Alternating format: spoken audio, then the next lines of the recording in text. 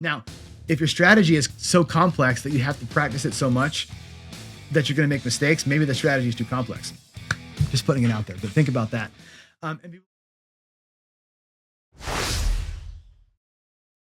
Gambling 401 is all about how to win, how to craft a winning way to play. Winning way to play in air quotes. That could be a lot of things put together, strategies and goals and bankroll management. And a lot of stuff rolls into this.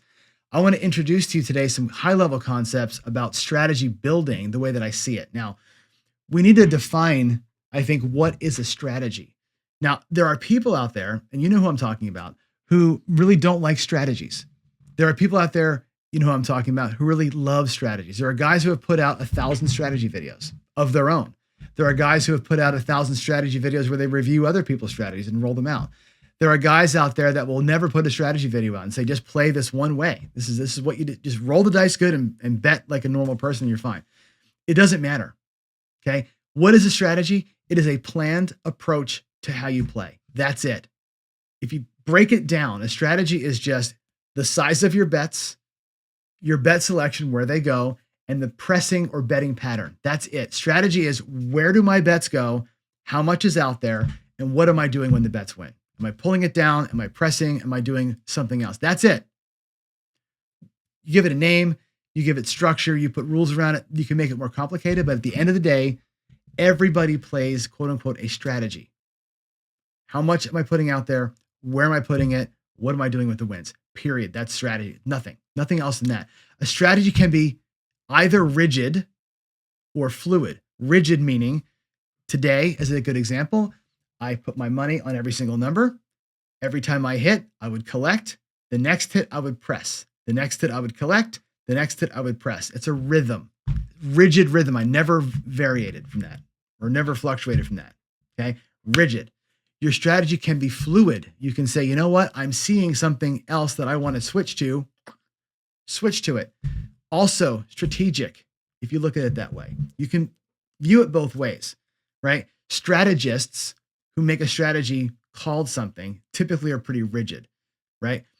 Energy players or trendy players or players who have what you might call wisdom or experience might have a more fluid way of playing where they're kind of morphing with the table. It's okay. It's still a strategy. It's still all about bet sizing, bet selection, and betting patterns. That's what it comes down to. Okay. Strategies are nice because they provide structure. They provide consistency, and it gives you some trust in what you're doing. Okay. And again, they just put me that they're the idea of a strategy or a strategic way to play is all about providing that structure. Okay. Strategies, I think, have goals. When you build a way to play, when you're creating your own strategy, it's got a goal, right? One goal, manage your risk, right? A strategy helps you control how much money you're willing to risk losing, right? Again, that's the bet sizing. How many bets am I putting out there? How much is each bet? On the roulette table, am I doing 2 dozens at 4 units? Am I doing 1 dozen at 2 units? Am I doing 2 columns in 1 dozen? It's where it is. How much money from my bankroll can I risk? That's your first part. Your strategy manages that, okay? Your strategy can be designed to extend playtime. You might create a way that lets you play for a long time, winning very little over a very long time, which is okay. Play a long time with the same bankroll. You may have a strategy that's tuned the other way. Hit a goal quick with little effort, little time, maybe extra exposure. Your strategy might be tuned to hit a goal of extra profit. Maybe it's a little higher risk, but the reward is enormous, right? Again, your strategy, when you create one, think ahead of time. What's the goal of my strategy? Am I looking to minimize risk, maximize my playtime, reduce my playtime, or maximize the hit, right? When you're looking to find ways to play or strategize your time at the tables, this is the important piece, is have that ahead of time. And not every strategy does the same thing the same way. They don't all hit these goals in the same way. And that's why I think it's cool to have multiple ways to play. Okay. Why do we strategize? I want control. I want a structured way to manage my money and help me drive my decisions. It keeps me consistent, following a consistent approach rather than doing random crap, right? Potentially profit. Some strategies are looking to recover losses and make profits over time, right? You strategize, I think, to give yourself control. The most important thing to me is control and consistency. It's like if you're out there playing, whether it's roulette, blackjack, craps, whatever your game is, if you're doing something kind of on a rhythm, you're consistent about it. You don't have to think about it. If you're going to be a 3-unit bet, take the win, come down to 2 units, and then go up and pull, that's a consistent way to play. It's a strategy, right? It's a way to be consistent, be in control of your money, understand what your profit's going to look like, and never make a mistake. I think that's a big part of it, okay? When you're applying strategies to the way you play, here's the thing. Every strategy, as we talked about, has a different goal. They don't all fit all situations. You cannot go $64 across on a craps table and expect to win 10 grand. That's not the situation for that strategy, okay? You shouldn't be out there after you've lost $400, putting $12 on the 6 and 8 in a craps table, or $10 on a dozen, and plan for a home run. That's not the situation for that strategy. Okay, you got to know your strategies, what situations they play best in. Is this a strategy that's best played for a long, slow run? Is it a best strategy for a situation where I have low bankroll?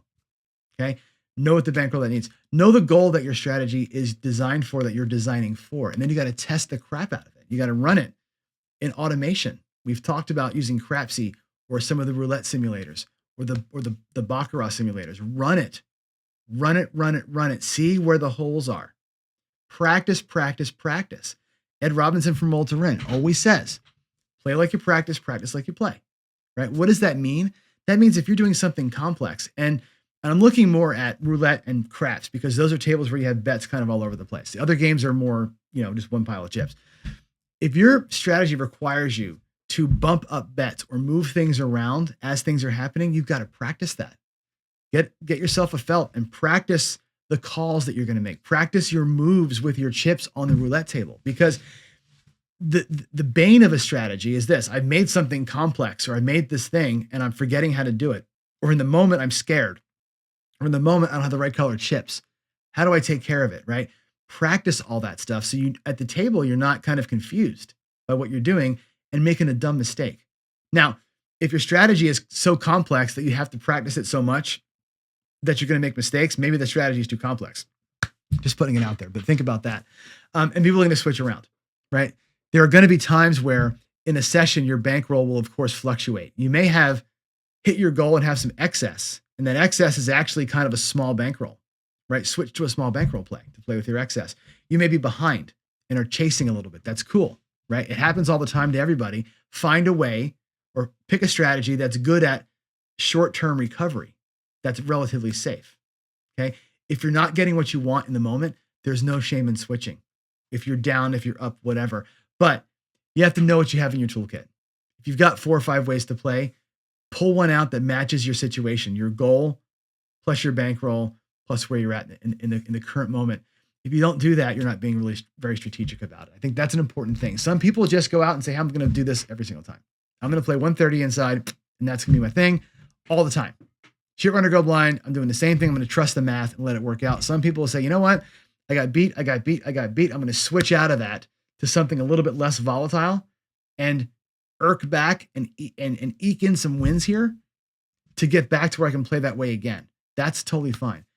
But you got to be able to apply what you know and have your strategies that match those situations in your toolkit. That's a very important thing. So what are strategies? Let's come back to it again. The last kind of note here about this. What are strategies?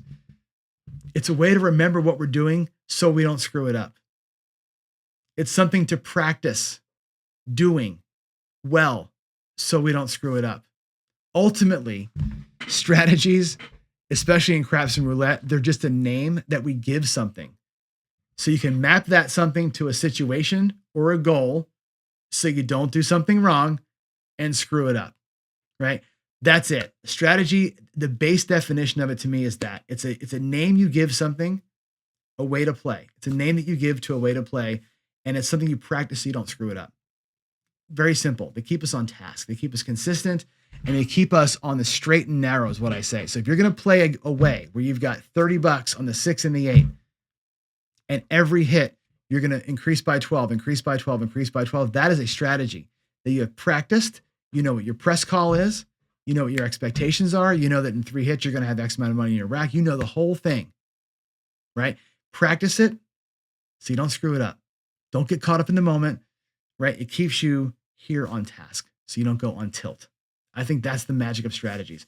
So all that said, high level view of what a strategy is, in my view, are those things. It's a strategic way to play in certain situations and know what you've got in your toolkit. You can pull it out in the right spot. Now, we're going to spend the next 3-4 weeks talking about ways to craft strategies. Okay. We're going to talk about goals coming up and ways to map strategies to goals. We're going to talk about exposure so you can understand the ways that strategies get stress tested as you're building them out.